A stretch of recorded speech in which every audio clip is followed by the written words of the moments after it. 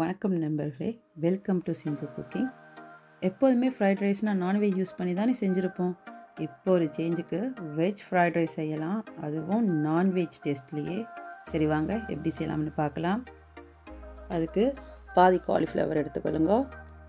தேவையான அளவு உப்பு, அரை டீஸ்பூன் மிளகாய்த்தூள், 1/4 டீஸ்பூன் மஞ்சள் தூள், கேரட் உண்டு, 10 பீன்ஸ், ஒரு சின்ன கப்பில் கார்ன்ஃப்ளவர் மாவு எடுத்துக்கலாம், ஒரு கப் அவித்த சோறு, இஞ்சி பூண்டு மஞ்சள் பேஸ்ட் 1 டீஸ்பூன் மற்றும் பொரிக்கிறதுக்கு எண்ணெய். முதல்ல காலிஃப்ளவரை அந்த ஒரு பேட்சாக இருக்குல்ல அதை தனியாக பிச்சு எடுத்துட்டு தேவையான அளவு உப்பும் 1/4 டீஸ்பூன் மஞ்சள் தூள் போட்டு 2 நிமிஷம் சுடுதண்ணி விட்டு அவிச்சு எடுத்துக்கொள்ளுவேன்.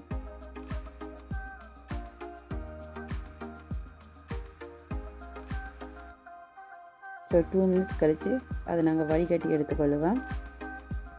சாப்பர் யூஸ் பண்ணி தான் இப்போ காலிஃப்ளவரை நான் சின்ன சின்ன துண்டுகளாக வெட்டி எடுத்துக்கொள்ள போகிறேன். உங்களுக்கு விருப்பமான சைஸில் நீங்கள் வெட்டி எடுத்துக்கொள்ளுங்க. கேரட்டையும் பீன்ஸையும் நான் நல்ல சின்ன சின்ன துண்டாக தான் வெட்டி கொள்ள போகிறேன்.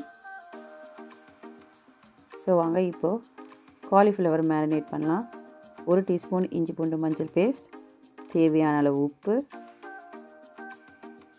அரை டீஸ்பூன் மிளகாய்த்தூள், சின்ன கப்பில் 1 கப் சோளமா சேர்த்துருக்கிறேன். இப்போ எல்லாத்தையும் நல்லா மிக்ஸ் பண்ணி விடுங்க.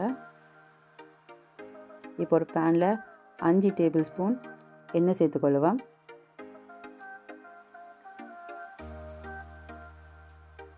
எண்ணெய் சூடாச்சான்னு செக் பண்ணுறதுக்கு கொஞ்சமாக காலிஃப்ளவர் கொஞ்சம் அதில் போட்டு பாருங்கள். ஸோ லைட்டாக சூடானதுமே மற்ற காலிஃப்ளவரை நாங்கள் இதில் போட்டுக்கொள்ளுவோம்.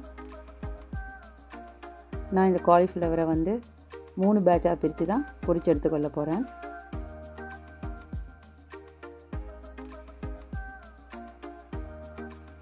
காலிஃப்ளவர் உங்களுக்கு கோல்டன் ப்ரௌன் வரும்போது எல்லாம் ஒன்றோட ஒன்றா ஒட்டிக்கொள்ளும். ஸோ பயப்பட வேண்டாம். அது சூடு ஆறுனதுக்கப்புறமே நல்லா க்ரன்ச்சி ஆகிடும். ஸோ இப்போ ஒரு தனியாக ஒரு தட்டில் எடுத்துக்கொள்ளுவேன். அதே மாதிரி அடுத்த பேட்சையும் போட்டு எடுத்துக்கொள்ளலாம். ஸோ சூடாறினது நீங்கள் இப்படி கையால் இப்படி முறுக்கவே தனித்தனியாக வந்துடும்.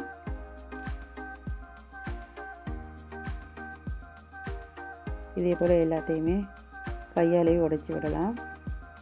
இப்போ எக்ஸஸாக இருக்க ஆயிலாம் எடுத்து விட்டு கொஞ்சமாக இருக்கிற எண்ணெயில் பீன்ஸையும் கேரட்டையும் சேர்த்துக்கொள்ளுவேன். ஸோ பீன்ஸும் கேரட்டும் எங்களுக்கு 3/4 பதம் வதங்கினா போதும். இப்போ தேவையான அளவு உப்பை சேர்த்துக்கொண்டு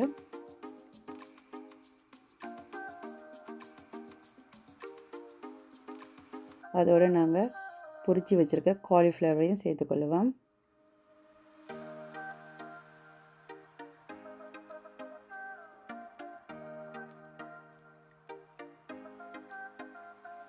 இப்போ நாங்கள் சோறையும் இதோடு சேர்த்துக்கொண்டு நல்லா எல்லாத்தையும் மிக்ஸ் பண்ணி விடலாம்.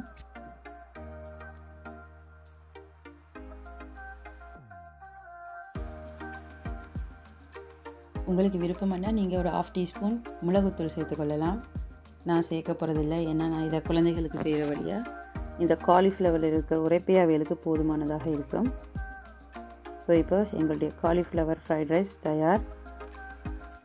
இந்த காலிஃப்ளவர் ஃப்ரைட் ரைஸ்க்கு சிக்கன் ஃப்ரைட் ரைஸோ இல்லைனா ப்ரான் ஃப்ரைட் ரைஸோ தோற்றுடும், அவ்வளோ டேஸ்ட்டாக இருக்கும். ஸோ நீங்களும் இதே மாதிரி ஒரு தடவை ட்ரை பண்ணி பாருங்கள். எப்படி இருக்குன்னு எனக்கு கமெண்ட் பண்ணுங்கள், லைக் பண்ணுங்கள், ஷேர் பண்ணுங்கள், மறக்காமல் என்னை சப்ஸ்கிரைப் பண்ணுங்கள்.